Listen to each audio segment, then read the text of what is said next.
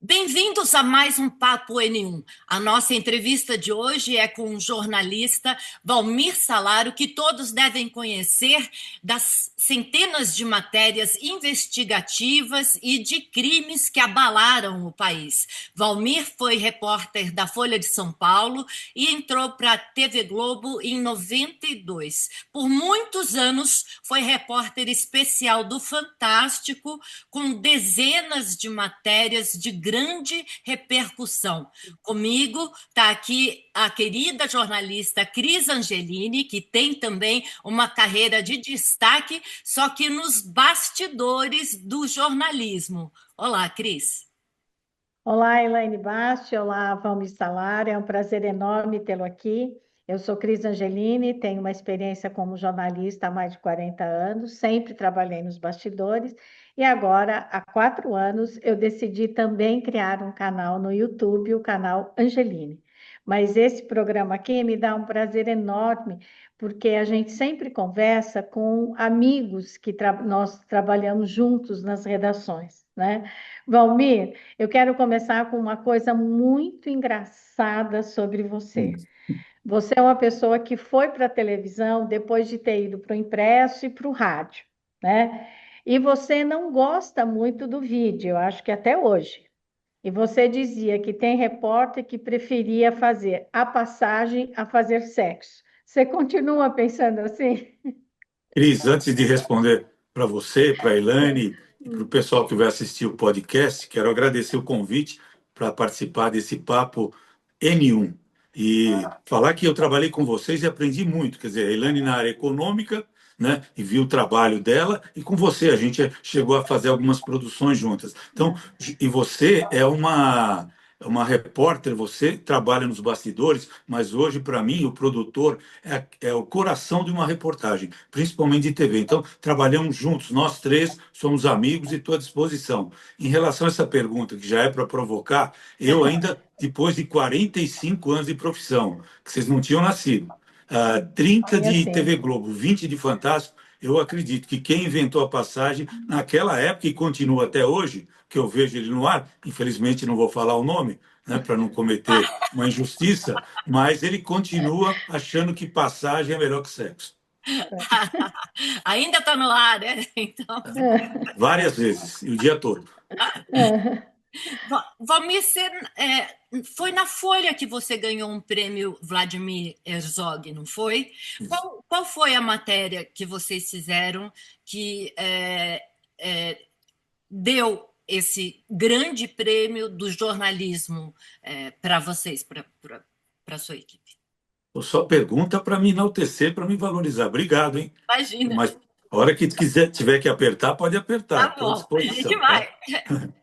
Então, eu trabalhei na Folha, Elaine, na década de 90, na agência Folhas, que fornecia o material para os jornais do Grupo Folha, que era a Folha de São Paulo, Notícias Populares, Última Hora, Gazeta Esportiva. Então, a gente fazia o material, escrevia na máquina de escrever, com que na verdade eram cópias, então saíram 4, 5 cópias, né, da máquina, como se fosse um xerox, e depois a gente mandava para essas redações. Como eu trabalhei durante muito tempo na área policial, já vinha lá do Diário do Grande ABC em 78, e quando houve a greve dos jornalistas, todo mundo foi demitido. Eu fui demitido, fui fazer um trabalho de fotografia lá no Projeto Jari, no Amapá, com um casal de amigos, também jornalistas, só que eu me inscrevi para tinha vagas, né? Naquela época tinham mais vagas que hoje. Então tinham vagas para trabalhar em São Paulo na área policial e eu queria trabalhar de madrugada. Depois de um tempo eu fui aprovado. Tem outros detalhes, se você quiser, depois eu te conto. Antes da minha ida para a Folha, comecei a trabalhar de madrugada, trabalhei 2 anos de madrugada. Era uma época, Caramba, 2 anos na madrugada. 2 anos. Eu entrava 1 da manhã. Nada de ciclo total. Sim, sim, sim. Entrava 1 da manhã e saía às 7 da manhã, 7, 8 da manhã. E só cobria crime. Numa época que já tinha antecedido o livro que o Caco Barcelos escreveu, né? Rota 66. Então a polícia naquela época ela já era muito violenta. E a gente acompanhava os tiroteios, ou supostos tiroteios, ou morte de criminosos, morte de testemunhas, eventualmente até alguém que não tinha nada a ver com o crime acabava morrendo porque estava no lugar errado, na hora errada.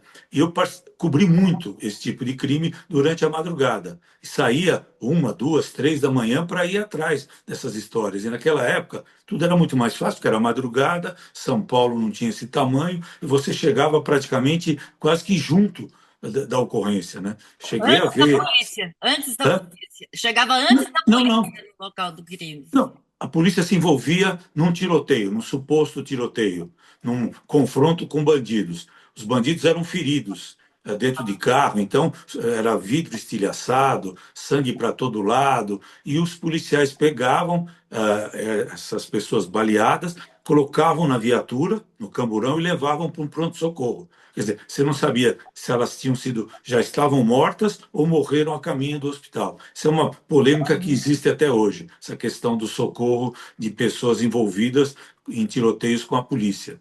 Então a gente vinha fazendo esse trabalho, aí eu passei para trabalhar durante o dia e propus para escrever uma matéria sobre rota, a rota que ela era odiada na periferia e temida, e as pessoas que moravam nos bairros mais nobres gostavam porque a rota estava ali para prender bandido, Uhum. para enfrentar os bandidos. E nós escrevemos uma matéria longa, que tinha umas 3, 4 páginas, na década de 90, eu e o Dácio Nitrini, que era um jornalista famoso, que ele ocupou vários cargos, é um jornalista que eu respeito e eventualmente a gente tem contato. Escrevemos essa matéria, que eu repeti umas 3, 4 páginas, dando detalhe, fazendo uma radiografia do que era a rota naquela época. A rota, todo mundo sabe, mas é a Ronda Tobias, Ronda Ostensiva Ofensiva. Tobias e Aguiar.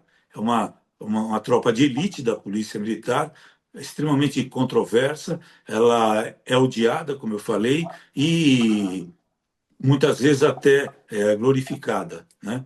Ela é valorizada. Também isso pode entrar nessa questão. Fizemos essa matéria, ela foi inscrita no prêmio Vladimir Herzog, que é um prêmio um dos mais importantes aqui no Brasil sobre jornalismo, e nós ganhamos, eu e o Dácio Nitrini. Ganhamos com.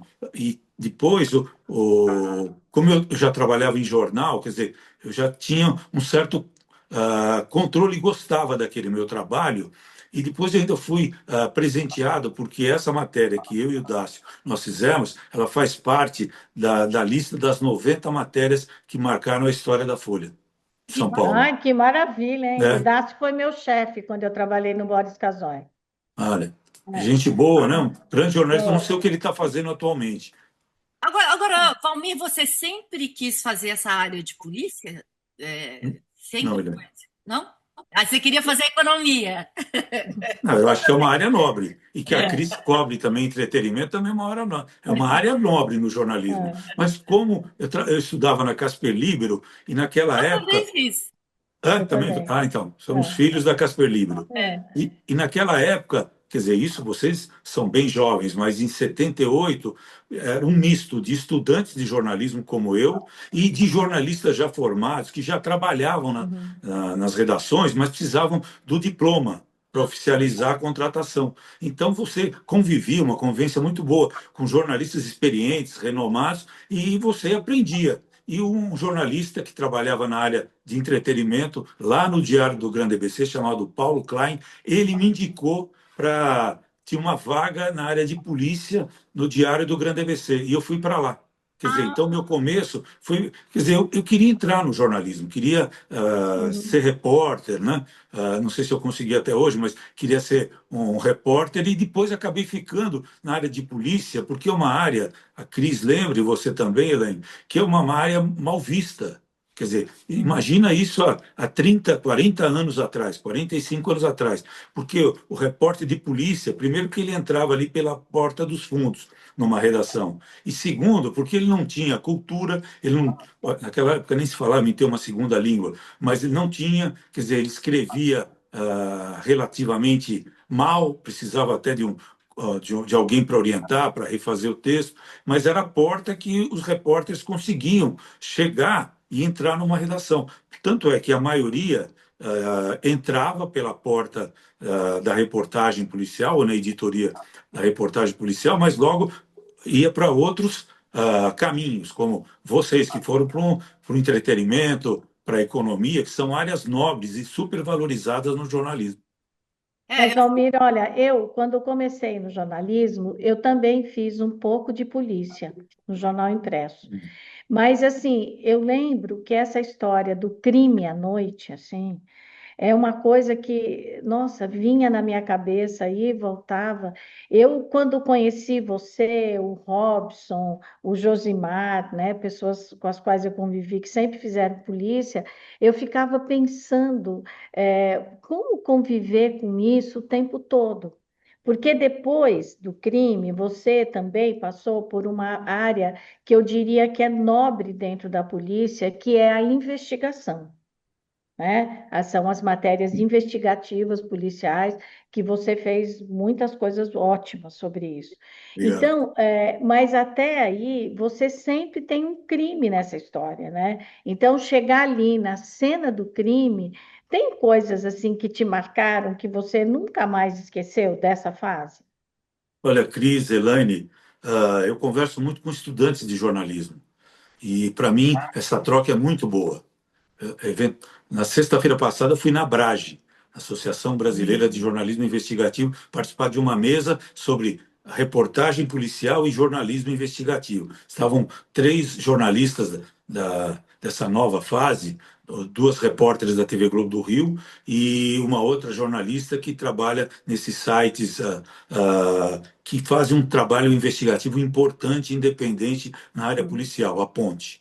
Bom, então quando eu converso com jornalistas e estudantes, eu me lembro praticamente da maioria, não estou sendo exagerado, da maioria das cenas de crime que eu vi. Eu me lembro do primeiro crime que eu cobri lá no Diário do Grande ABC, porque eu já tinha uma experiência, entre aspas, de cobrir, como eu estudava na Casper Libro, a gente podia trabalhar na Gazeta Esportiva para cobrir esporte amador, São Silvestre, que naquela época era à noite, quer dizer, o estagiário como eu não era para pegar quem chegasse no primeiro lugar, era para pegar quem chegasse lá em centésimo lugar, tal, né? Mas era para contar a história dessa pessoa. Então eu tinha um pouco de experiência na área esportiva. Quando eu fui para a polícia, mudou totalmente.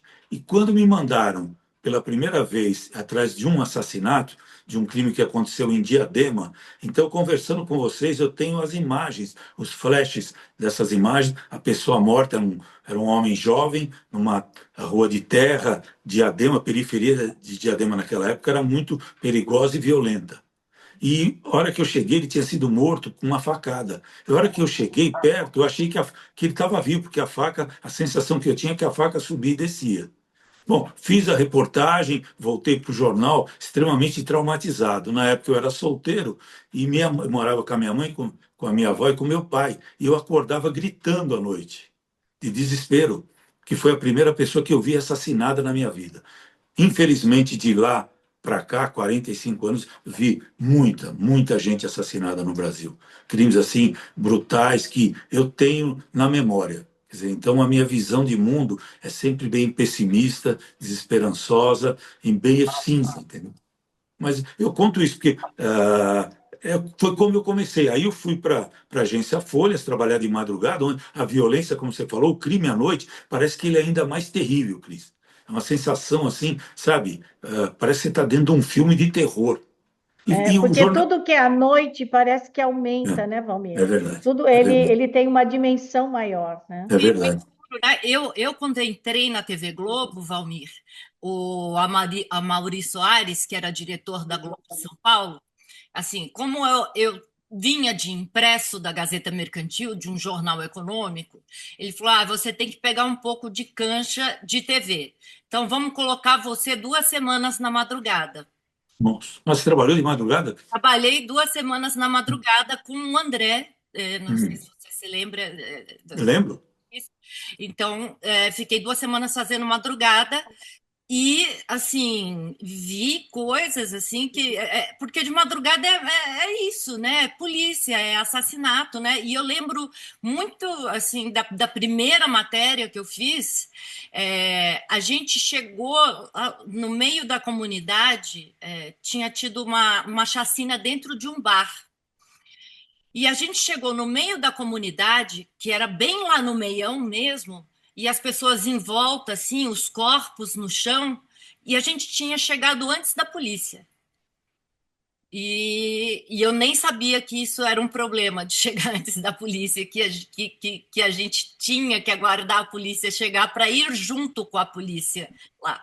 Mas, e eu lembro, assim, que vinham falar, assim, de uma naturalidade, a esposa de um dos caras que tinham morrido veio conversar comigo. Você veio fazer matéria? Eu falei assim, eu vim, a senhora viu o que aconteceu e tal. Não vi, sim. Inclusive, aquele ali é o meu marido, que estava um dos mortos, né? E para você ver como que a violência está tão intrínseca, né, dentro das comunidades, né? Que ela não estava nem chorando, ela estava. E eu fiquei chocada, não só pelos corpos que eu vi, que eu nunca tinha visto isso na minha vida, quanto pelo jeito que as pessoas ali naquele entorno encaravam aquilo. A reação, né? É. Uhum. É uma frieza sofrida, amarga, né? Provavelmente essa senhora, ela deve ter visto outras situações parecidas no lugar onde ela morava, pode ter perdido outros parentes ou amigos, quer dizer, então vai deixando, é uma frieza, mas muito sofrida.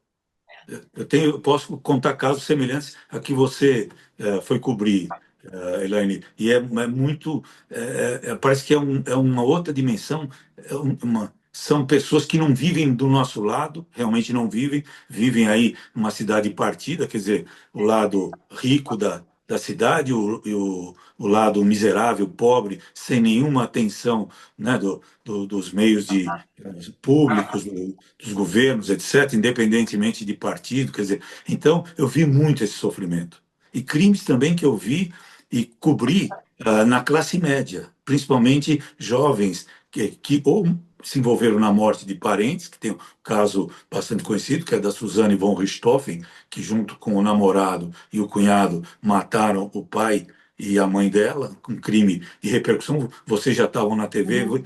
provavelmente vocês acompanharam de alguma Uhum. forma esse caso. Então, a área policial é uma área dura, dura. Primeiro, porque a gente não tem nenhum preparo psicológico. Você foi mandada para lá pelo diretor, pelo Amaury Soares, para adquirir um pouco de experiência, mas eu acredito que esse crime que você viu, chegando antes da polícia, deve ter te marcado muito. Marcou para sempre, né? Fiquei sem dormir, fiquei. Nossa Senhora. Agora, falando dos crimes de grandes repercussões que você cobriu, Valmir, se eu estiver enganada, por favor, você me corrija. Mas o crime da Rua Cuba, você cobriu esse crime, né? Como é Então, que foi a cobertura desse crime? Você estava falando de classe média agora, né? isso, É isso, um exemplo, né? Também. isso. Esse é um crime que marcou. Ele aconteceu na década de 80, porque naquela época, depois que eu saí, eu fiquei quase 6 anos, 7 anos na Folha. E fui trabalhar na sucursal do Jornal do Brasil, aqui em São Paulo, na Avenida Paulista. Comecei a cobrir a Polícia Federal, que era o Romeu Tuma, o delegado, o diretor da Polícia Uhum. Federal, que tinha, naquela época, mais importância que o próprio governador. Então, ele era um verdadeiro caçador de manchetes. Ele investigava esses casos famosos, a máfia dos fiscais, ele investigou crimes de corrupção no INSS, que chamava INAMPS naquela época, Uhum. mafiosos que foram presos aqui, o caso do carrasco nazista Josef Mengele, que viveu e morreu aqui no Brasil. Quer dizer, eu fiz essas coberturas, porque eu trabalhava eu fui para o Jornal do Brasil, mas naquela época você podia ter 2, 3 empregos. E eu fui contratado pela Jovem Pan. Uhum. Então, eu fiquei na Jovem Pan uns 7 anos e tive essa oportunidade de fazer rádio, que eu nunca tinha feito. Achava fascinante, ainda mais trabalhar na Jovem Pan, que era uma outra época, uma outra estrutura, uma outra mentalidade, uma outra questão aí, né? Então, eu fiz polícia cobrindo Polícia Federal, mas no caso da Rua Cuba, que foi um crime que marcou Rua Cuba, porque onde morava uma família que era o pai, um advogado, Jorge Delmanto, não, Jorge Buchabik, a É. mulher dele, Uhum. eu não me lembro sobre o primeiro nome dela, mas da família Delmanto, e mais três filhos, numa casa ampla, bem na Rua Cuba mesmo, que é uma travessa da Avenida Brasil. E Que eu foi era na final. véspera de Natal, né? Isso. Esse acidente.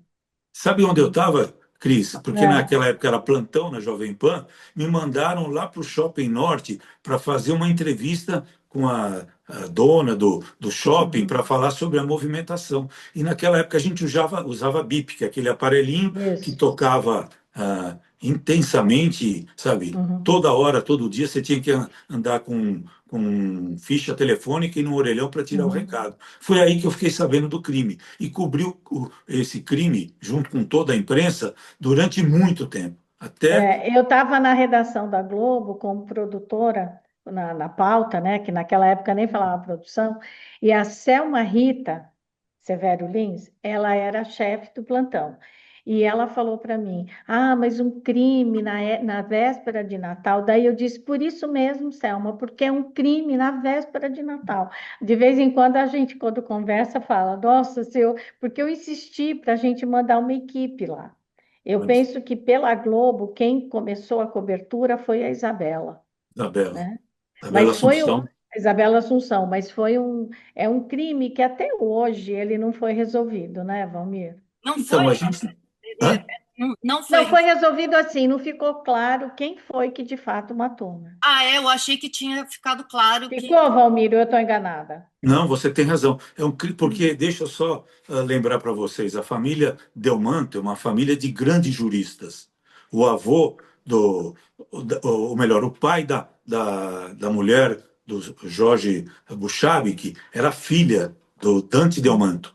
Quer dizer, ele tem até busto hoje no primeiro tribunal do júri, lá no centro, que é um museu. Hoje não se faz mais julgamentos ali. Ele tem livros escritos, ele era uma referência. Quer dizer, então, a filha dele foi assassinada. Só que ele já tinha morrido, né? E quem era a matriarca era a mulher dele, a mãe da moça, né, que foi assassinada, e a avó do Jorge Delmanto Buchabik, que na época foi apontado pela polícia como um Isso, dos como? principais suspeitos. Você lembra disso? Tem uma Lembro. imagem da Isabela tentando entrevistá-lo. Ele sai da casa, joga um jornal. Quer dizer, ele não aguentava mais esse tipo de perseguição, de todo mundo levantando suspeita contra ele, e o crime não foi esclarecido. Quem foi assassinado? O Jorge Buchabik, a mulher dele, com os filhos dentro de casa.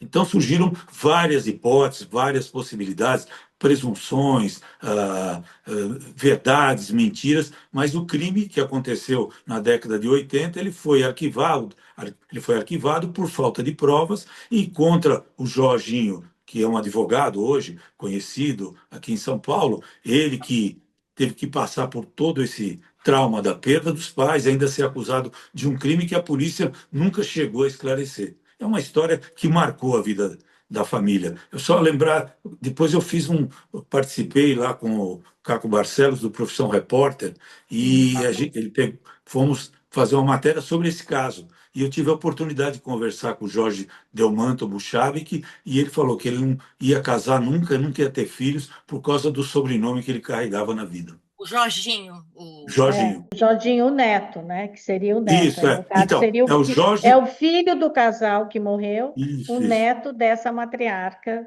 né? Agora, naquela época, só para, não Eu quer dizer esclareci ou alongar, me mas enrolei? não, esclareceu. Mas eu queria lembrar, me parece que também a cena do crime foi limpa, né, Valmir? E Tá. aí isso dificultou muito a investigação, não é isso? Então, porque foi um crime de muita repercussão, e imagina a influência que o Dante Delmanto tinha na polícia, na justiça, no Ministério Público e junto com autoridades do governo, né? Os policiais tentando investigar, porque é o seguinte, o casal é encontrado deitado na cama coberto. Quer dizer, É. provavelmente alguém que entrou, matou, cometeu o crime, fugiu ou não foi identificado até hoje, ou podia até muitas vezes até ter alguém de dentro da casa, ou se levantou a suspeita de um roubo, que tinha uma parte, era um sobrado grande, amplo, então na sacada tinha um pedaço de mármore quebrado. Provavelmente quem cometeu o crime pode ter fugido por essa varanda e pulado, ou pego uma escada. Nunca. São muitos detalhes que nem o motivo do crime se sabe até hoje. Nem o motivo do crime. Ele foi arquivado por falta de provas e 20 anos depois ele prescreveu. Quer dizer, surgiu uma prova nova hoje, não vai resultar em nada, porque, sabe, as pessoas já mudaram o processo, nem sei aonde ele está para reinvestigar, quer dizer, então é um crime que vai ficar solúvel, um crime misterioso. Mas tudo indica que a cena do crime, quando os policiais chegam lá, foi arrumada. Alguém entrou, tinha muita gente dentro da casa e cobriu os corpos, uma questão até de respeito, né? Eles estavam dormindo, estavam um do lado do outro. Nossa, que. Agora, Valmir, nessa sua, você fez casos assim famosos, vamos dizer assim, e fez casos de gente muito pobre, né? Sempre você deve ter encontrado, eu imagino, uma pessoa da polícia, um investigador, uma pessoa extremamente dedicada em, de fato, resolver esse caso. Você encontrou muita gente assim, que não fosse tão frio diante de um crime, que às vezes a gente fala, não, é mais um, né? Porque parece que naturaliza a violência, né? Mas tem algumas pessoas que trabalham e elas são meio inconformadas com essa situação. Olha, Elaine e Cris, o departamento de homicídios, que a gente chama de DHPP, fica no centro, na Brigadeiro Tobias. É uma rua curta, mas ali é um lugar extremamente. Tudo ali é difícil, porque quando esfria e chove, ali esfria mais que qualquer outra rua da cidade, e quando chove, parece que chove mais, porque é um vento encanado, tudo ali não é propício para você ficar de plantão. Mas durante esses 45 anos, eu já dei muito plantão lá. E o Departamento de Homicídios, ele é um exemplo para o país todo. São policiais abnegados, né? É uma palavra que os policiais gostam de usar, né? São abnegados pela investigação.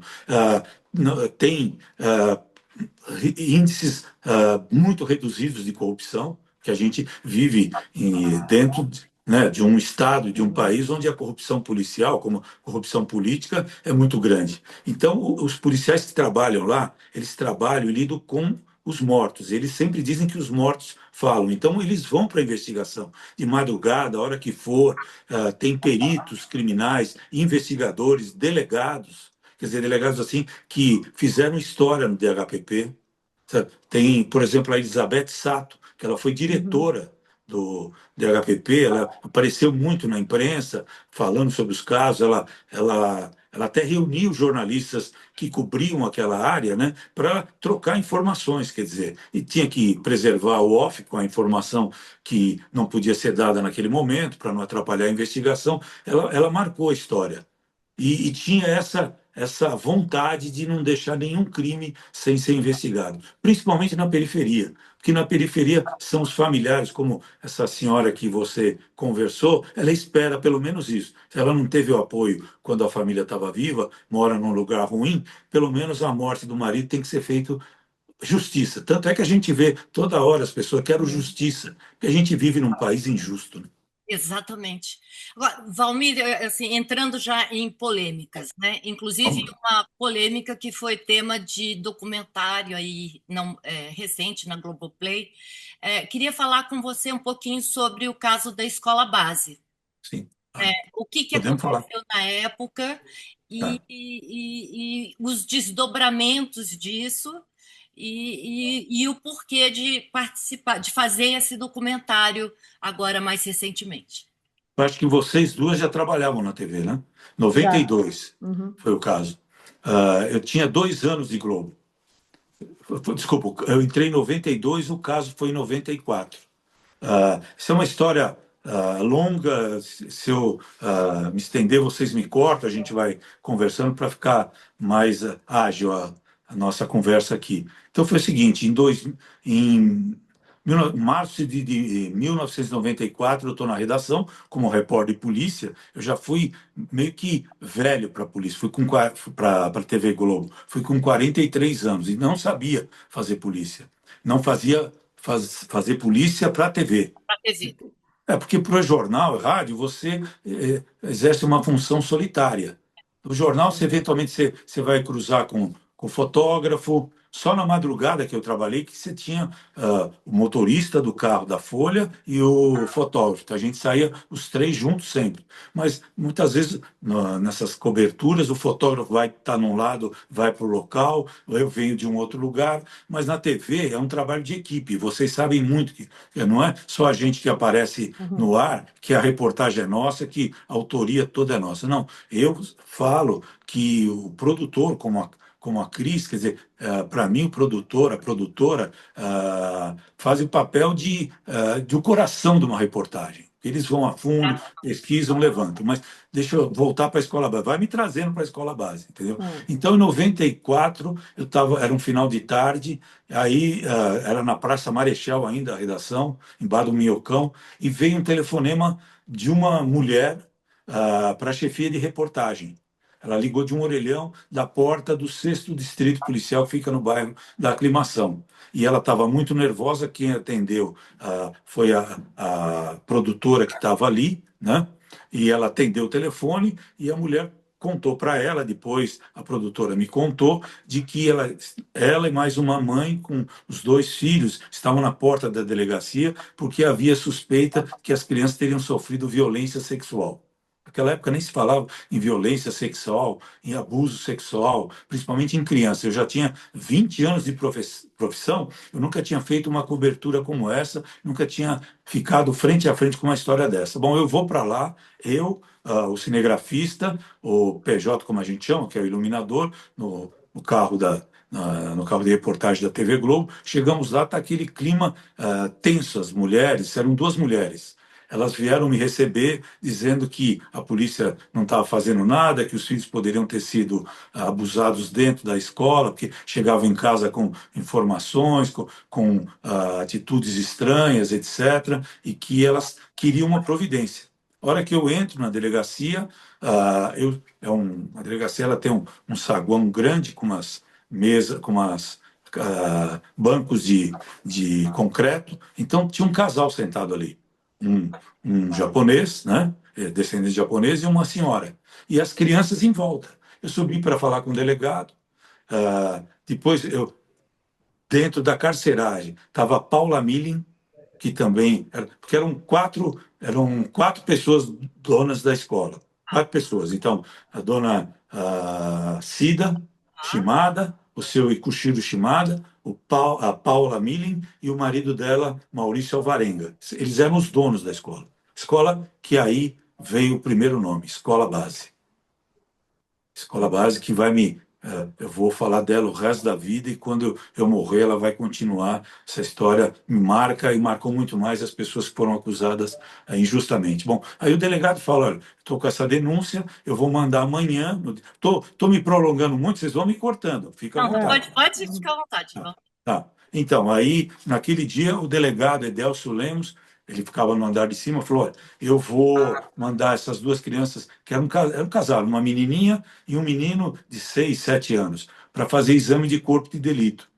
E era final de tarde, começo da noite, quando eu cheguei lá. Falei, bom, doutor, então eu vou para a redação, vou comunicar a apuração que o senhor está fazendo e amanhã eu volto. 24 horas depois, ele me falou que ia ter uma resposta, uma posição, um laudo do Instituto Médico Legal de São Paulo. Bem, cheguei na redação, falei da história, no dia seguinte eu voltei. E ele me mostrou um telex, existia telex, né, que vinha as informações numa máquina grande, vinham datilografadas, impressas, dizendo que o menino tinha um ferimento compatível com violência sexual. Aí essa história explode, eu mostro, inclusive, esse documento que ele recebeu, que é um documento oficial, praticamente incontestável. PML, né? Hã? Documento do IML. IML, que a gente faz matéria, quem cobre polícia faz matéria até hoje. O DHPP, que eu citei agora, o Departamento de Homicídios, se baseia muito nas informações passadas pelos médicos legistas para a delegacia para investigar um crime. Então, diante disso, eu falei, poxa, tem um crime grave. Eu desci. Na noite anterior, eu conversei com o seu Shimada rapidamente e me estranhou, mas eu só fui descobrir isso tarde demais, que as crianças se aproximavam dele e da mulher, nascida. Casal de meia idade, ele demonstrava um carinho pelo casal. Eu não tive essa sensibilidade de ver isso e começar a desconfiar. Depois eu conversei com a Paula Millen, que estava dentro de uma sala, longe do casal, dizendo que eu fui com o microfone, eu, o cinegrafista e o PJ, tentando saber o que tinha acontecido. Ela não quis gravar, ela estava muito nervosa, ela sofreu ameaças, violência e todo tipo de brutalidade, porque ela era considerada suspeita. Ela, o seu Shimada, a dona Cida e o Maurício, que estava numa outra cela. Ele eu não cheguei a ver. Volto, converso com as crianças e com as mães das crianças, gravo com elas. Quer dizer, é um absurdo, isso é um absurdo, já foi uma falha gravíssima que eu cometi, porque as mães queriam que as crianças falassem, e elas contavam, mais que influenciadas pelas mães. A mãe, Induzidas, elas, induzidas, essa é a palavra, as mães. induzidas pelas mães de que tinha acontecido alguma coisa errada, tal, e que a polícia tinha que investigar. Eu voltei para a redação, a gente fez a matéria mostrando esse documento, a entrevista do delegado e a entrevista das mães e as crianças falando também sem nenhuma proteção. Hoje isso é crime. Naquela época também era, mas não se tinha essa preocupação. Então hoje, tanto é que no documentário as crianças aparecem com que chama, né, com uma proteção no rosto para não identificar. E essa matéria entrou no meio do Jornal Nacional, era na época da Páscoa, teve uma grande repercussão, explodiu no país todo.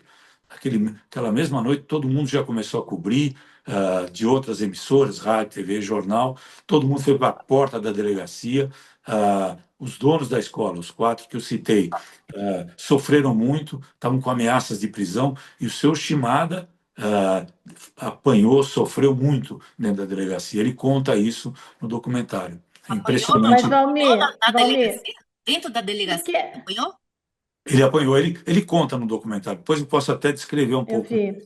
É. Agora, Valmir, eu queria entender o seguinte: eu acho muito nobre da sua parte fazer o documentário, reconhecer que teve talvez alguns erros na reportagem, mas a verdade é que você tinha um atestado do ML, você tinha o delegado falando, você tinha as crianças, você tinha a mãe.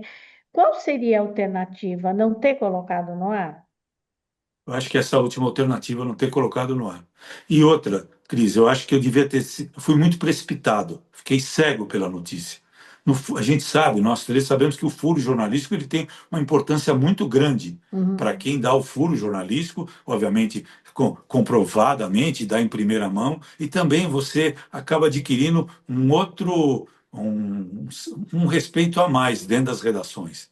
E eu fui levado pelo furo, pela falta de sensibilidade em ver que essa história teria que ser muito melhor apurada, e ali foi uma sequência de erros da produtora, do editor e de essa matéria entrar no Jornal Nacional.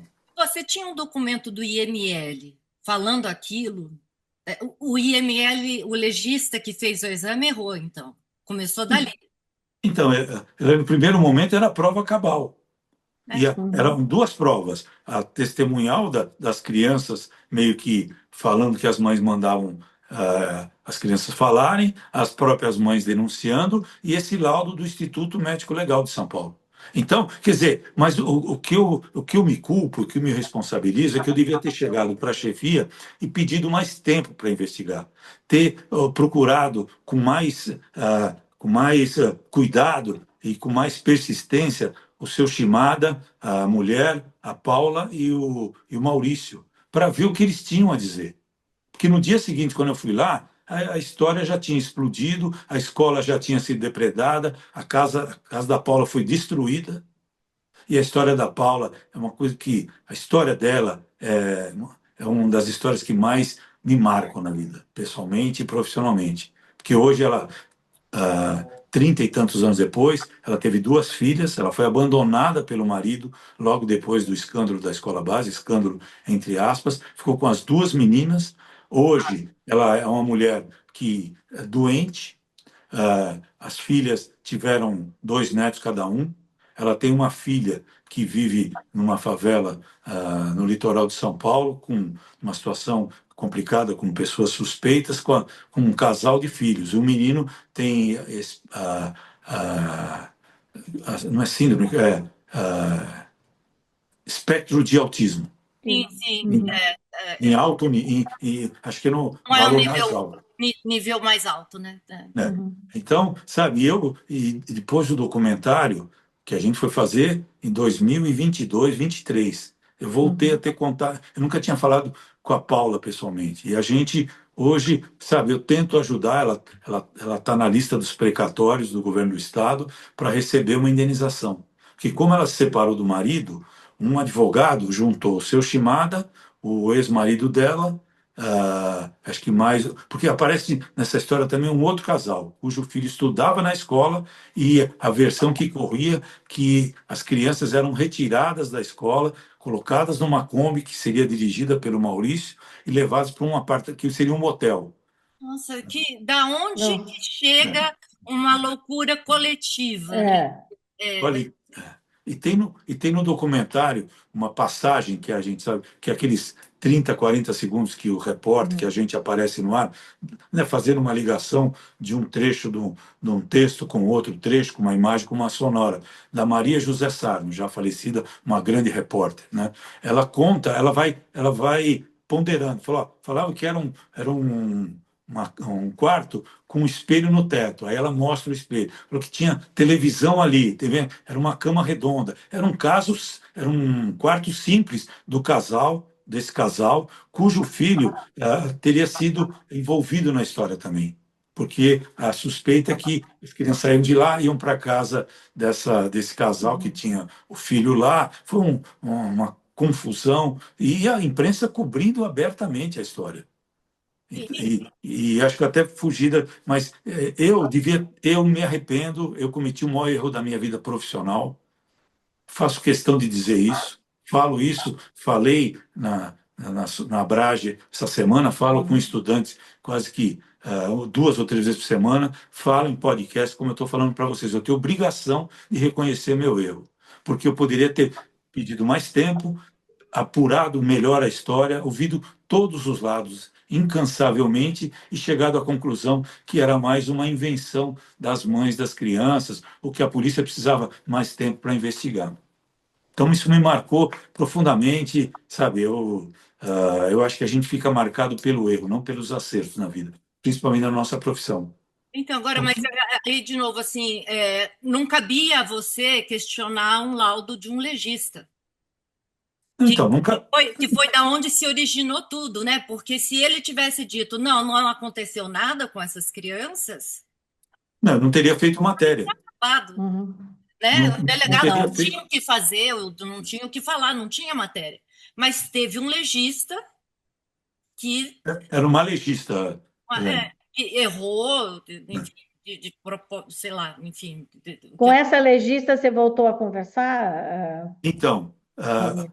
bom, essa história se passaram em 30 anos, quer dizer, a Globo e toda a imprensa reconheceu o erro, as pessoas que foram vítimas desse primeiro erro que eu cometi, que deu, sabe, o start para todo mundo errar, né, naquele primeiro momento, e essas pessoas moveram um processo contra os órgãos, como as empresas de comunicação, inclusive a própria TV. E moveram um processo e ganharam indenizações compatíveis com, não sei se compatível, acho que dinheiro não vai reparar um erro desse, mas elas puderam tentar reconstituir a vida, ou recomeçar a vida. No caso da Paula, como ela se separou do marido, ela não teve tempo de entrar. Quando ela entra, o advogado dela morre. Ah, meu Deus. Hum. Não, Nossa, o é caso da triste, Paula. Hã? triste, triste esse Então, caso. eu falo que eu falo com ela quase que todo dia hoje. e a gente Uhum. tenta, de alguma forma, dar uma assistência para o filho dela, porque a filha também é muito complicada de lidar, e a gente, toda vez que eu posso, eu falo que hoje ela está numa lista de precatórios e não sabe quando vai receber. Esse dinheiro ia resolver a vida dela, das duas filhas e dos quatro netos. Valmir, para os estudantes de jornalismo que vão estar assistindo aqui o nosso, que vão assistir o nosso podcast, que lições você tiraria disso para essa nova geração de jornalistas que estão entrando aí no mercado? O que eles têm que fazer para evitar coisas assim? Porque também não dá para você sentar numa matéria um tempão e desconfiar, e desconfiar, e desconfiar, e desconfiar, né? Senão não sai matéria. Ela poderia ter sido verdadeira, não foi, né? O que você diria para esses futuros jornalistas? Bom, essa história marcou a minha vida. O seu Shimada, ele confessa isso, porque é o seguinte, 30 anos depois, uma ideia do Alain Graça Ferreira, que é um produtor do Fantástico, junto com o Bruno Lata, que é um editor do Fantástico, que foi do Fantástico, a gente falava sobre o Alain mais velho. Eu viajei muito com ele, sabe, para fazer matérias do Fantástico, e sempre Uhum. falava da Escola Base. Esse desabafo que eu estou fazendo com vocês, eu sempre fiz com ele, falou, vamos fazer um documentário. Até que a Globo sugeriu fazer, abriu essa possibilidade, quem quisesse escrever, fazer uma sinopse de documentários, era só mandar, e a direção ia aprovar ou não. Nós escrevemos no último dia, eu, o Alain e a Evelyn Kuric, que é uma chefe de reportagem lá do Fantástico, achando que jamais o documentário ia passar, por vários motivos, né? Pode até discutir mais para frente se vocês quiserem. E acabou sendo aprovado, foi o único que foi aprovado. Foi no meio da pandemia. Fizemos o documentário, ficou pronto em novembro de 2023. Ele foi lançado aqui no cinema, aqui no Conjunto Nacional. Vieram muitos alunos e eu conto o meu drama e o meu erro que eu cometi, um erro irreparável, porque tudo bem, eu tinha o laudo, Elaine, mas eu podia ter desconfiado. Então, muitas vezes os estudantes me pedem para eu dar um conselho, eu não tenho conselho, eu acho que tem que desconfiar sempre. Desconfiar Uhum. do delegado, do investigador, do promotor, do juiz, eventualmente das próprias vítimas e Uhum, da gente mesmo. uhum. Quer dizer, é o que eu falo, quer dizer, desconfiar. Porque é um meio, esse meio policial, é um meio ardiloso, sabe? Meio assim, terra de ninguém. O policial que tem uma imagem de corrupto no prédio dele, de repente ele passa a investigar um caso que está toda hora no Jornal Nacional, em todos os jornais, quer dizer, ele vira herói dentro do prédio dele. Entendi. É, Ele fica, e também há uma coisa de ódio, né? De é, vingança, né? Agora, também. Valmir, por conta da escola base, você acabou indo na paróquia, que eu sei que foi lá do Padre Juarez, falar sobre culpa, né? Sobre Isso. pecado, foi isso? Fui E lá, o que que você achou dessa experiência? Como é que foi? olha, foi um momento muito legal, porque eram estudantes, eram jovens, crianças ali que estavam acho que, Na fazendo a catequese. Uhum. catequese, isso. E uma amiga da minha mulher convidou, e eu falei, vou. Foi muito bom. E as crianças interagiram, perguntaram, falei de culpa. Provavelmente mais tarde, se tiverem interesse, vão ver o documentário. E o Aham. documentário, para mim, é o ponto mais importante da minha carreira. No começo a gente falou sobre os prêmios do Herzog. Eu ganhei três prêmios Herzog. Um com Alain Graça Ferreira, sobre violência contra menores na FEBEM, uma fita que ele conseguiu, uma imagem dos funcionários batendo nos menores que estavam lá internados. Ganhei pela Folha mais um, a gente mostrou aqueles grupos de extermínio que agiam na década de 90 lá na Zona Sul, e a mando de comerciantes, etc., moradores Os matavam justiceiros que pessoas chamava, suspeitas. né? Hã? Chamava justiceiros, né? Justiceiros, é. Isso. E tinha o Cabo Bruno, que era um ex-PM, Nossa. Lorisvaldo de Oliveira, que depois foi morto quando ele saiu da cadeia. Ainda fui cobrir a morte dele, já pela Globo, mas nessa época eu trabalhava na Folha. E eu e o Antenor Braido ganhamos um prêmio Herzog. Depois nós ganhamos, a gente ganhou na Jovem Pan um prêmio sobre a cobertura do sequestro do Abílio Diniz. E recentemente, em 2024, o prêmio da PCA com o documentário Escola Base, um repórter enfrenta o passado. E também ganhei o troféu, que eu também acho, assim, me sinto super sabe, reconhecido, o troféu Audálio Dantas. Uhum. Então, mas tudo isso eu Mas deixaria tudo de isso é lado se eu pudesse merecido, voltar né? atrás. Hã? Não, mas tudo isso é merecido, né?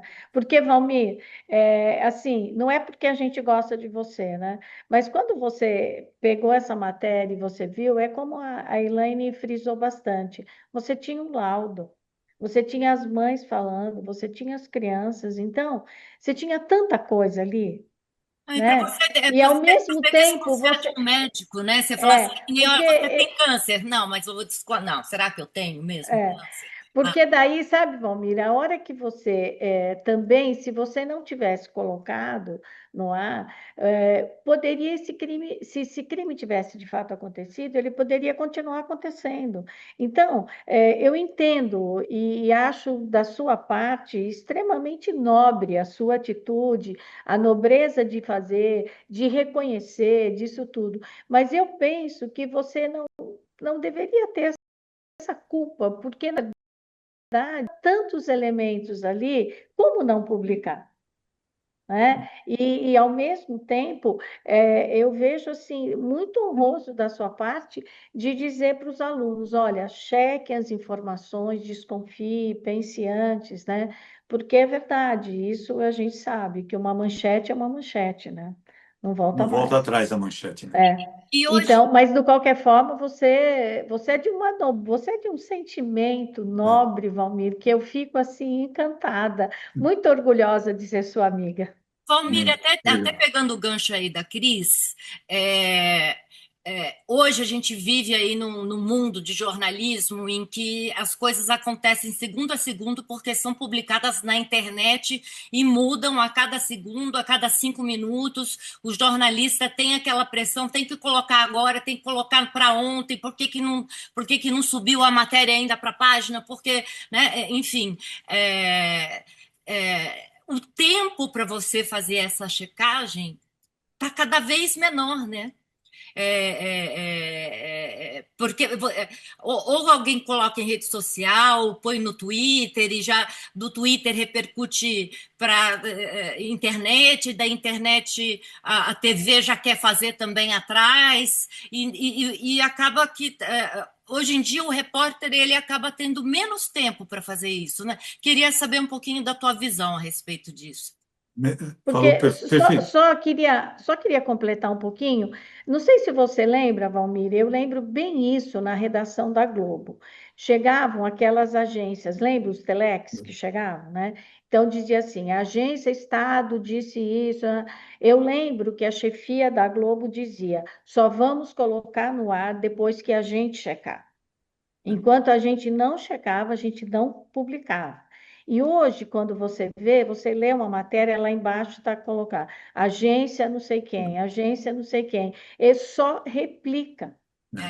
Para Né? fugir do erro, né? Para fugir de ser É, acusado de um erro. Então, acredita a agência, não valorizando a agência, mas por outro, não, mas a agência que deu, a gente só divulgou. Mas isso. eu acho que se a agência errou e quem divulgar também está errado, né? Comete o mesmo crime de uma É, informação falsa.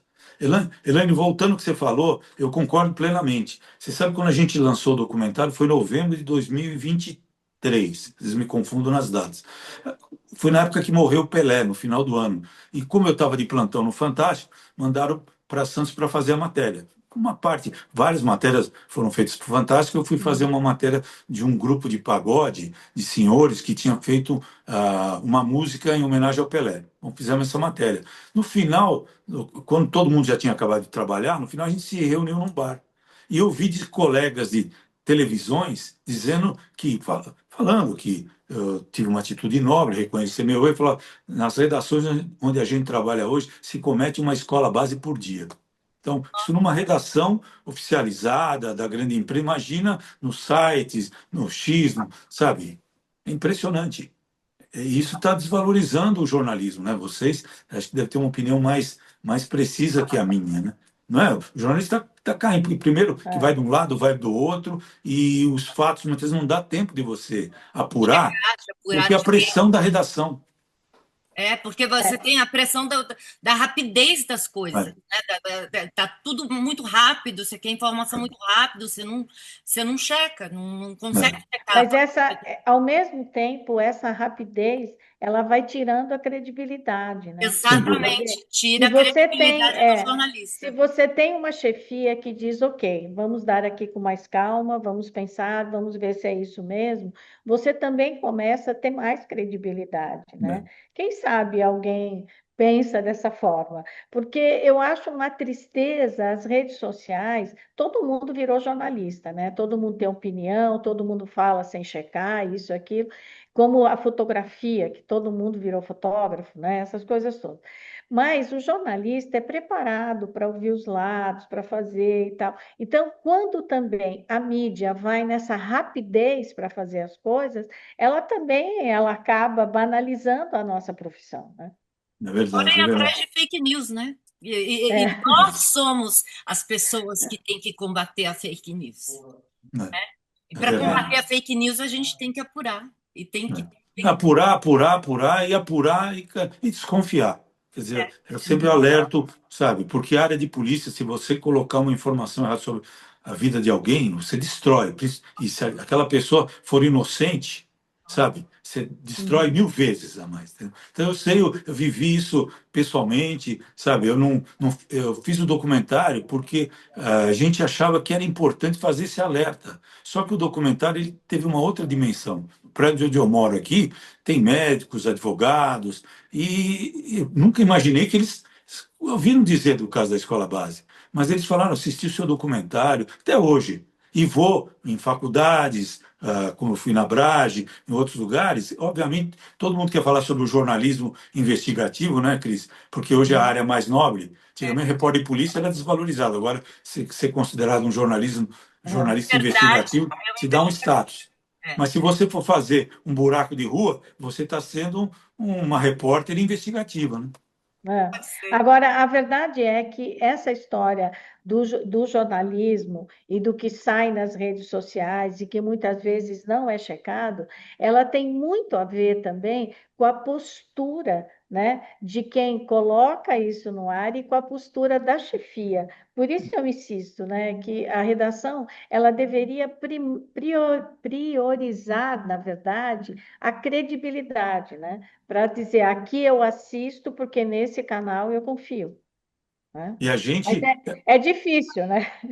E a gente que é profissional dessa área, e agora atualmente eu não estou trabalhando, eventualmente participo do programa da Patrícia Poeta, uma vez por semana, para falar do crime da semana, o crime de É, repercussão.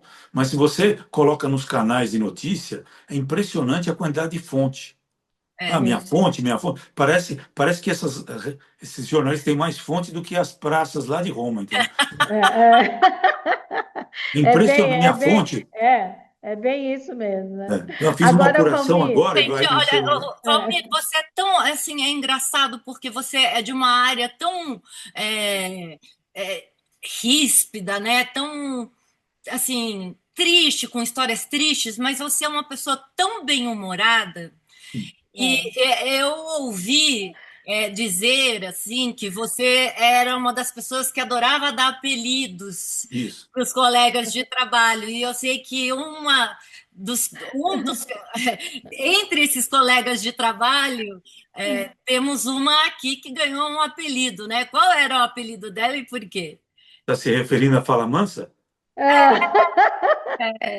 A Cris era Fala Mansa? Fala Mansa. Não, porque é um meio muito restrito e fica até um humor doentio, né? É um humor assim. E o Robson Serantro, que a Cris trabalhou muito, você conhece ele, que é um dos melhores produtores de TV que eu conheci na vida, um grande repórter, ele trabalha atrás das câmeras, mas tem uma importância grande quando ele atua num caso com um repórter, eu trabalhei em casos que deram certo, máfia dos fiscais, a favela naval e outros crimes que a gente cobriu, e ele que dividia comigo. Ele é um cara super, vale a pena um dia trazer Não, e vale contar mesmo, esse ele é lado. muito bom. É, Uhum. gente quer. Assim, é que a gente fala só sobre coisa séria, e o caso da escola base, para mim, é o caso que eu tenho mais que falar, eu tenho obrigação de falar, é um dever que eu tenho. Mas um dia, desculpa, podia fazer eu e ele para contar histórias de bastidores dessa área que a gente cobre, inclusive os apelidos. Tá fechado. E o Escadinha?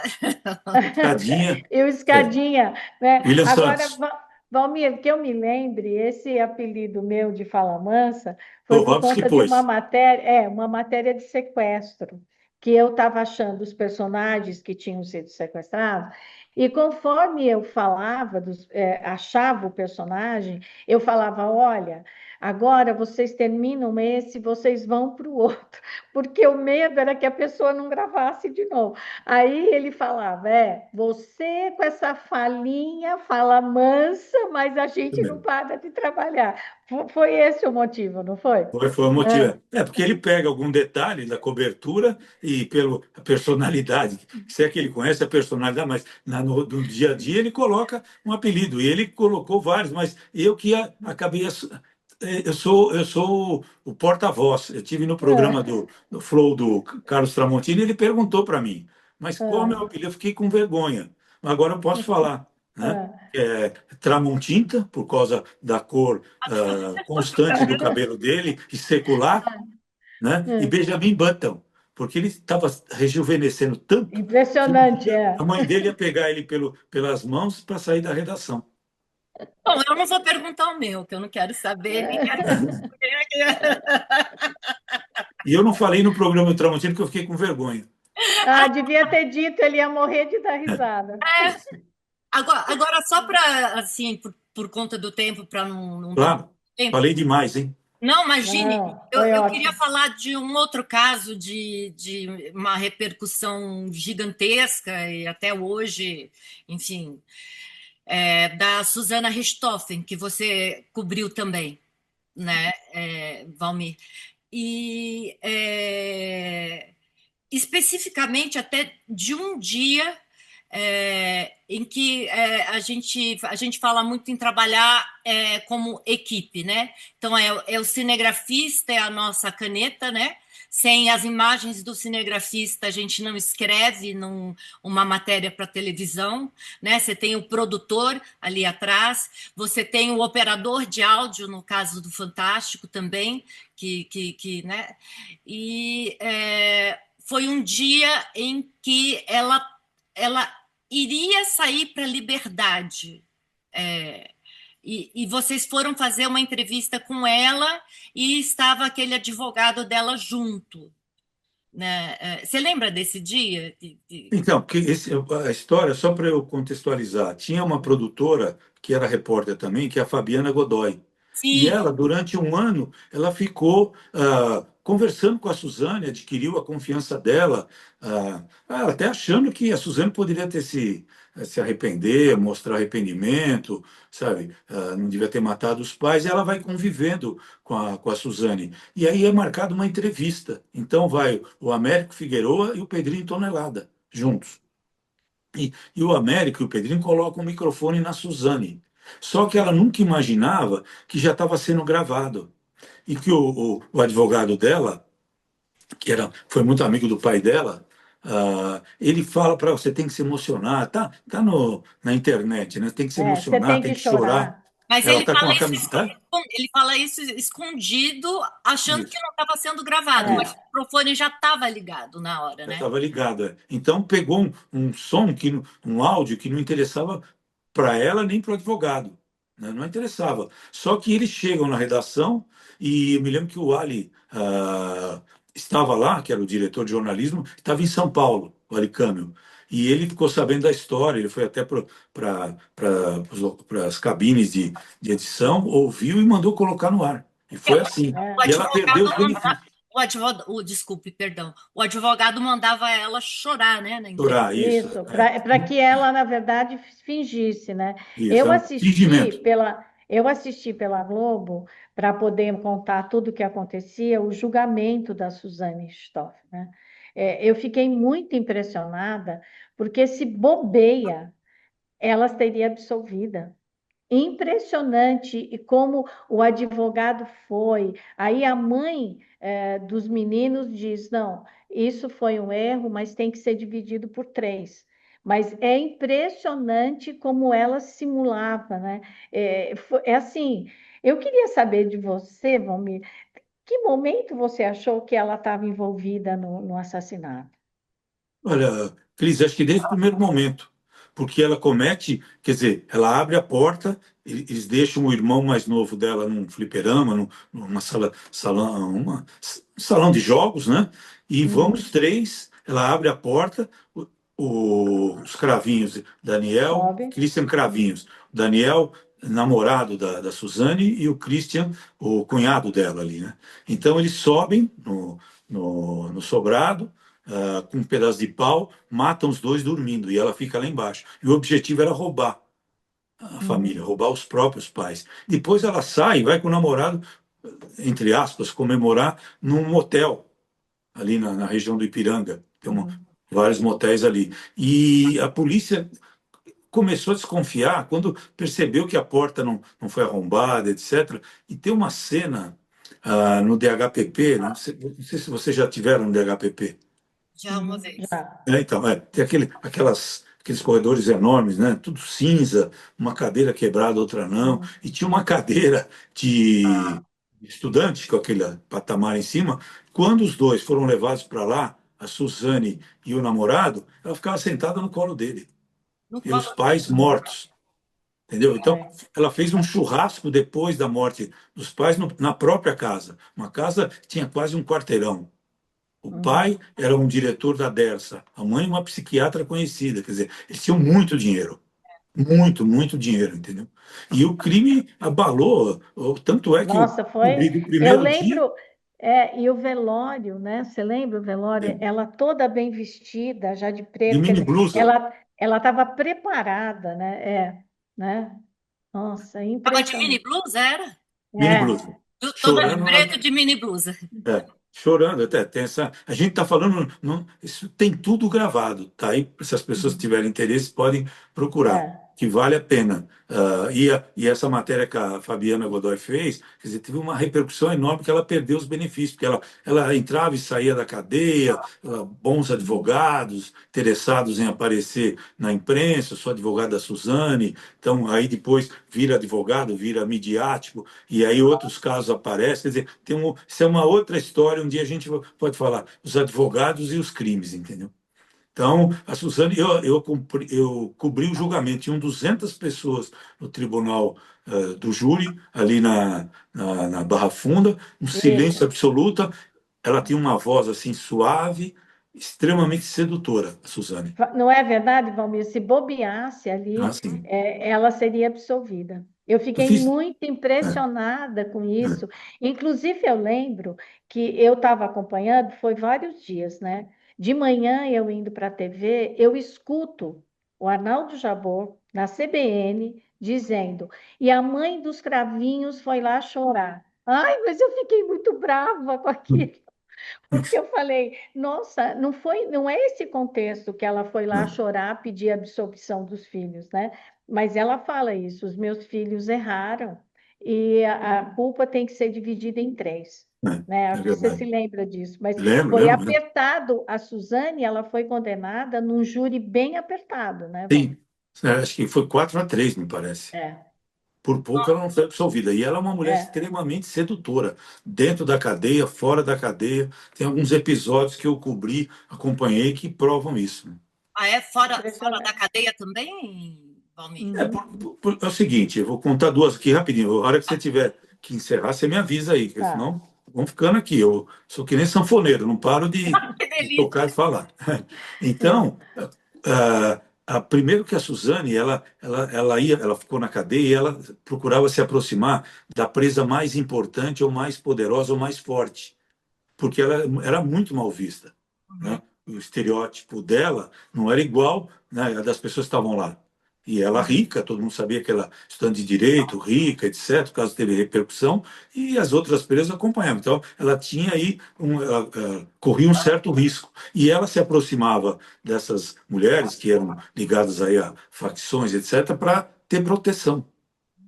Eu me lembro de um caso que me passou a informação, foram agentes penitenciários, de que um médico que visitava ela quando ela estava lá no Carandiru, gostava de levar pastel, feijoada, levava ela para o posto clínico, então ela tinha um privilégio.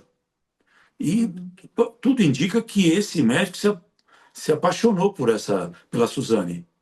E eu soube dessa informação e fui checar. Trabalhava já no Fantástico, fui procurar o médico sozinho, aqui no Sumaré. Aí ele falou, vou te atender e tal. E talvez ele já tivesse desconfiado. Só que a hora que eu entro no consultório, está sentado ele e a mulher. E os dois ficam frente a frente. E aí eu comecei a falar, olha, a gente queria saber como é que é o tratamento dos presos, se existe, está precisando, sei lá, comecei a inventar uma história, que eu fiquei constrangido, e, sabe, e o que eu vou fazer? Né? Nesse momento, Elaine, desculpa, Tranquila, não, imagina. Elaine, nesse momento, toca a campainha do consultório. Ela levanta para atender. E esse médico fala para mim: eu sei porque você está aqui. Se você falar alguma coisa, você termina com o meu casamento. Aí cumprimentei, a mulher voltou, entendeu quem ela tinha que atender. Eu despedi, muito obrigado, a gente vai manter contato. Nunca mais procurei. E depois, um promotor no interior de São Paulo também teria se apaixonado por ela e mandava a diretora levar a Suzane para a sala dele no Ministério Público. E ele criava um clima de boate. Levava refrigerante, sanduíche, música. E a Suzane não tinha interesse, ela denunciou. Eu fiz matéria com esse promotor, fui para lá, Ribeirão Preto. Nós fomos para lá fazer a matéria junto com a equipe. E ele chega para dar entrevista com a filha dele, que ele tinha ido buscar na escola. Falou, não, minha filha vai estar junto. Falei, não, eu não vou entrevistar o senhor na frente dela. Foi uma longa negociação, conversa, ele falou que não tinha nada a ver, etc. Ele chegou a ser punido pelo Ministério Público e foi afastado durante um bom período. Caramba. E outra vez, eu fui fazer uma matéria sobre o exame psicológico da Suzane. Sim. Chama... Não, eu só concordo. Chama... Psicopata, né? Porque não tem sentimento nenhum, né? Chama exame de Rorschach, teste de Rorschach. Que são uns desenhos, na internet também tem. Interessante, pelos aqueles desenhos, o psicólogo deduz se diminuiu a responsabilidade, ou está arrependido, ou é frieza, etc. Faz um perfil. E fui entrevistar esse psicólogo depois que ele fez, que ia entrar na matéria. E ele fala para mim, fala, olha, eu fui fazer, só que eu pedi para 2 assistentes irem comigo, para que a Suzane não pudesse se insinuar ou tentar me seduzir. Que coisa, gente. Hoje, bom, tanto é que hoje ela saiu da cadeia, ela virou uma personagem, parece que ela tinha até um canal na internet, ela faz, acho que, chinelos personalizados, é casada com um médico, o médico largou a mulher e as filhas e casou com a Suzane e hoje eles têm um filho. Ela mora, acho que, na região de Bragança. Não é esse médico que você conheceu. Não, é outro. Não, é outro. Esse outro foi no passado. O caso dela agora com esse médico, o casamento dela é recente. Que coisa, gente. Então, o poder dela assim, é impressionante. E ela Agora, Não, para falar. não, por favor, completa.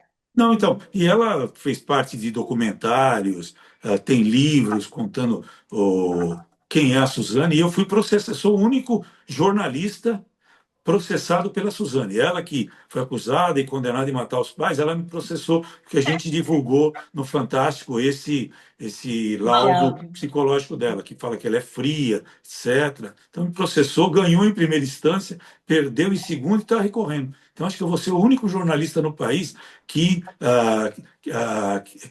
eu sou o algoz da Suzane, e ela é minha vítima.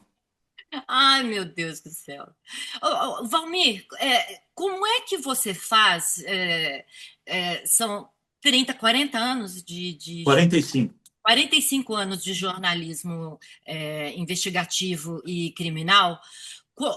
Como é que você faz para chegar, quando você chega em casa, para tirar essas coisas ruins que você viu ao longo do teu dia e todos os dias? O que a gente se acostuma a isso ou a gente nunca se acostuma e cria mecanismos para tentar separar o pessoal do profissional?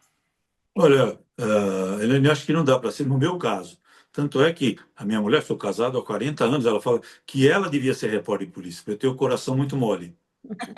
Então, eu nem comentava os casos. E as minhas filhas, nesses casos de repercussão, iam para a escola, quando os amigos descobriam, elas não gostavam, porque tinham que ficavam interrogando elas para saber detalhes. Recentemente, a minha filha teve um namorado, eu tenho duas filhas, uma casada com dois, eu tenho dois netos, e a outra solteira.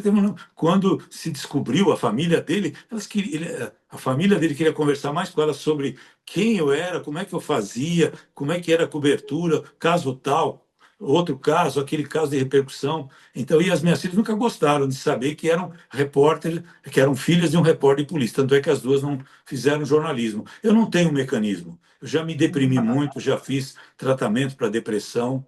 Tem, ah, teve que fazer? Tive que fazer, me indicaram várias vezes para eu abandonar a área. Falei, mas é o que eu sei aparentemente fazer e mantenho minha família. Então, eu já fui muito. Eu descobri mais tarde que eu tinha o TDAH, acho que eu fui um dos primeiros a descobrir. Então, eu tenho muito essa questão de falar e andar, como a gente faz em reportagem. Sempre tive dificuldade para decorar também. Então, imagina eu, com crimes, cobrindo um crime atrás do outro, tendo a família. E aqui eu não comentava, mas eu tinha muitas cópias de processos, livros criminais. A minha mulher falou um dia, não, aqui parece mais fórum do interior, depósito de fórum, pode tirar todos esses. E eu tirava xerox, guardava, etc. Agora eu tenho uns escondidos. O caso da escola base eu tenho o processo inteiro, ou pelo menos parte mais importante eu guardo aqui comigo. Mas é difícil, eu não tenho como aconselhar. Eu sempre falo o seguinte, ó, e faço uma provocação quando eu vou em sala de aula. Tem lá uns 50, 60 alunos, eu pergunto quem quer ser repórter de polícia. Um ou dois levanta a mão, de uma forma tímida. Ninguém quer ser repórter de polícia. Eu acho que é uma das piores áreas que tem para cobrir. Nesse encontro que a gente teve na Brage, Gabriela Moreira é uma repórter local. Ela entra no Jornal Nacional, mas ela cobre crime no Rio de Janeiro. Eu falava Nossa, com ela, quer dizer, ela Nossa. falou: olha, é insuportável. Ela é uma mulher extremamente corajosa. Então, sabe, de cobrir essa área, e mulheres estão mais cobrindo a área, estão indo para isso que eu ia frente, eu falar, que acho, é do uma que área muito masculina, né? Porque masculina. em geral É, era homem, você chega lá, é, os policiais homens, né? Era é, uma área mais é. difícil para a mulher cobrir, né? Agora está mudando um pouco. Agora que a gente vê mais mulheres nessa área, né? Porque sempre foi uma área muito masculina, né? Eu lembro assim, eu tive 24 anos de TV Globo, né? Então, quando eu comecei, e aí eu comecei na madrugada, logo de cara, Já viu o crime, conversou com a esposa da vítima que estava caída no chão. e depois entrevistar policial e tal, e eles olhavam de um jeito diferente, sabe? Tá carregadinho. Pedia, ficava Desculpa, viu? Obrigada. aí, assim, eu me sentia intimidada pelo jeito que eles. Sim. E aí, quando chegava um repórter homem na mesma. Era outra coisa, assim. Mas Mas mudou, viu, mudou, né? Elaine? Uhum. Eu converso muito com a Isabela Leite, que é da Globo News, Sim, ela faz uma sim. cobertura Uhum. policial de É. primeira linha, mas ela fala justamente isso, que tem esse preconceito, que já foi muito grande no passado. Hoje, Uhum. os jornalistas que cobrem essa área, que tem, sabe, são extremamente preparadas, sabe? Tem um cuidado extremo com a informação que todos nós temos, mas eu acho que a mulher tem mais essa sensibilidade. Eu gosto de ver as repórteres que cobrem essa área em campo. no dia a dia. Eu gosto de ver. E é um outro olhar, né? Um olhar É, feminino, né? é, Acrescenta também na história, né? é. Agora, eu vou contar só uma historinha bem rapidinho, engraçada, Claro? que aconteceu comigo nessa semana que eu estava fazendo polícia. Eu vim da área da Gazeta Mercantil, né? De jornal Economia. extremamente econômico, né? E, assim, cobri muitas reuniões do Comitê de Política Monetária Nacional, que é o Copom.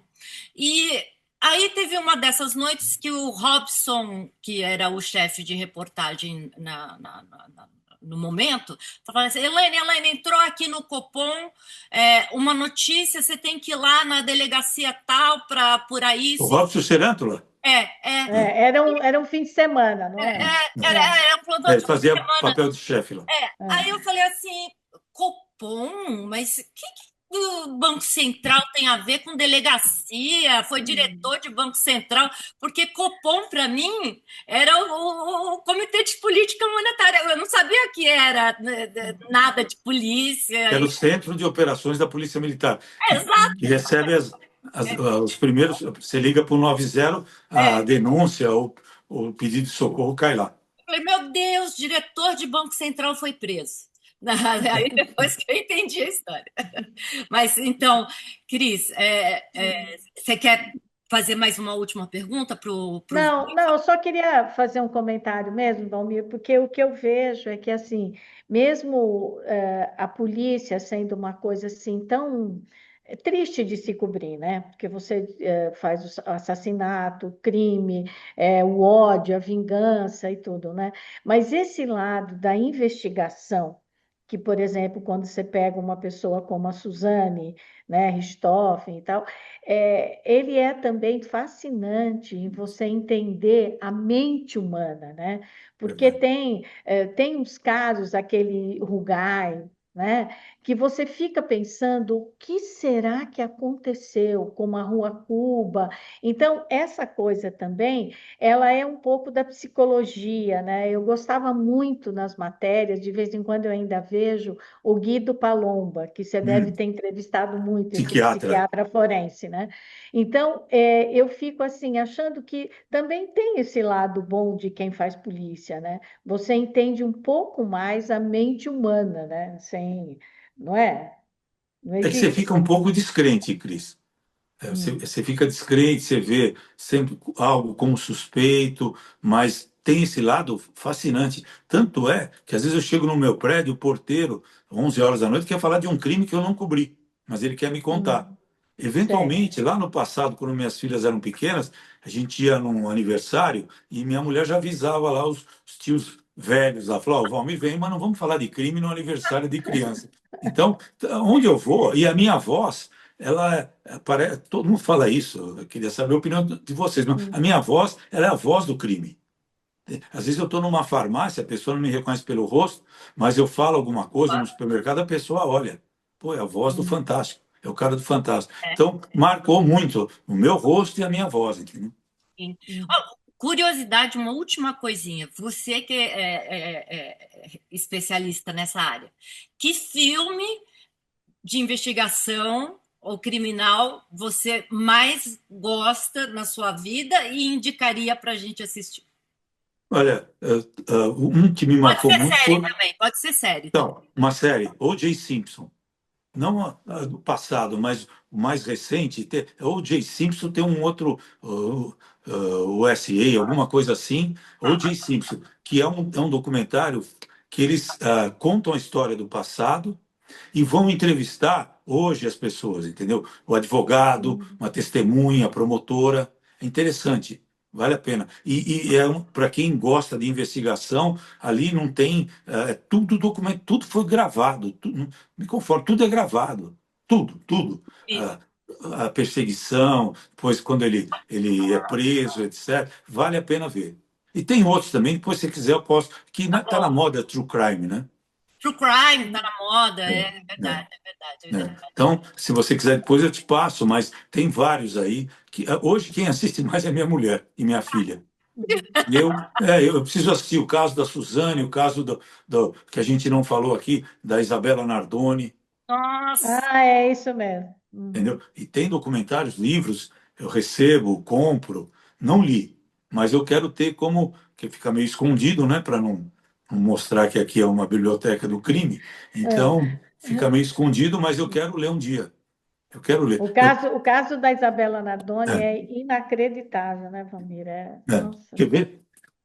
Olha o que eu ganhei essa semana, olha só, Ah, olha a grossura. Eu ganhei do a Rota autor, Caipira, é isso. o caramba. Alan de Abreu, que é um repórter da revista Piauí. Uhum. Tem outros ali, espalhados ali, que eu preciso ter tempo e vontade para sentar e ler. Mas é E um a outra grande coisa que a aprendizado. gente precisa conversar com você num outro, que eu quero muito falar com você também, é sobre as grandes facções aí criminosas, né? E esse envolvimento com a religião, né? Então, Que é uma coisa seríssima isso, né? Então você está você vendo que a gente vai te explorar, né, Valmir? pode, a hora que quiser. Eu ia ficar em casa aqui. E a Uhum. recíproca é Ligar a verdadeira. televisão. Quando você precisar da gente para qualquer coisa, precisar de Tá alguém bom. para falar de economia para alguma turma, eu estou aqui. Tá bom. Não, eu ia sentar ali para ver o jornalista falar minha fonte, por aí agora, vai para o celular e ia ver, passar o tempo assim. Então foi ótima a conversa, espero não ter falado demais. Foi ótimo, muito, Não, foi muito ótimo. obrigada pelo seu tempo, muito, muito, muito obrigada mesmo. A gente gosta muito de você, sempre Também. gostou muito de você, do seu trabalho, de você como pessoa. E, enfim, eu e a Cris somos. A gente não pode falar isso quando a gente está entrevistando as pessoas, né? Mas duas fãs. Não, eu Nós também somos sou fã de mesmo vocês, fã. viu? Hã? Obrigada. Valmir, muito obrigada, Eu viu? agradeço. Principalmente pelo seu tempo, que eu sei que é precioso, Não, onde mas eu precioso? agradeço Conversar com vocês foi o muito, maior prêmio que eu ganhei. Ai, que Poxa, delícia. foi ótimo. Valmir, e eu Pode me chamar. agradeço principalmente a pessoa que você é. Você é um ser humano maravilhoso, Obrigado. uma pessoa que, mesmo que eu tenho a impressão que você sempre foi assim na sua vida, né? Uma pessoa que vai, se reconhece um erro, volta, faz, né? Você é aquele amigo com quem todo mundo pode contar. Muito, Pode. muito obrigado pelo que você é. Muito obrigada. Vocês são amigas do coração, pode contar e me chamar a hora que quiser. Se quiser conversar, a gente grava, tem história, tem muita coisa. Essa história que você falou da religião e da fé, do crime da fé, tem o Bruno Paes Leme, o Aham. Bruno Paes Manso. Ele escreveu um livro interessante sobre essa, que eu tenho Isso, aqui é também. a fé e o A fuzil, Fé e não o é? Fuzil. É isso É, eu mesmo. estou querendo ele, depois se você puder passar o meu contato para Ah, já ele, passo já para você. eu quero ele para o meu canal. Eu quero Tá bom. conversar um pouco sobre isso, Legal, vai tá ser bom? interessante. Tá bom, então. E você Beijo. também está me devendo uma Ah, entrevista para o pode canal. me chamar, Cris. Pode me Tá chamar o que bom, você quiser. Então, Estou eu por não tá aqui. esqueci legal. dessa do Cerântula, Valmir Aham. e, Ah, e vale a a gente pena. Olha, combinamos. A gente, olha, a gente poderia fazer um programa, Elaine, com essa quadrilha. é O isso, Valmir, nossa o quadrilha. Escadinha e o Robson Seranta. Vai Uma ser noite quadrilha. maravilhoso. É isso aí. Não, e teria que levar no estúdio, para os três ficar juntos. Ah, é Porque verdade. assim, são os três um do lado do outro. É verdade. É legal. Vamos combinar. Tá bom, Então, tá legal então. Muito Beijo. obrigada, viu, Valmir? Beijo para Obrigada. vocês. Fiquem Obrigada, felizes. Elaine. Sucesso e saúde aí, Elaine. Muito Cris, obrigada. estou à disposição. Tchau, tchau. Um abraço. Também, obrigada. Tchau. Beijão, tchau, tchau.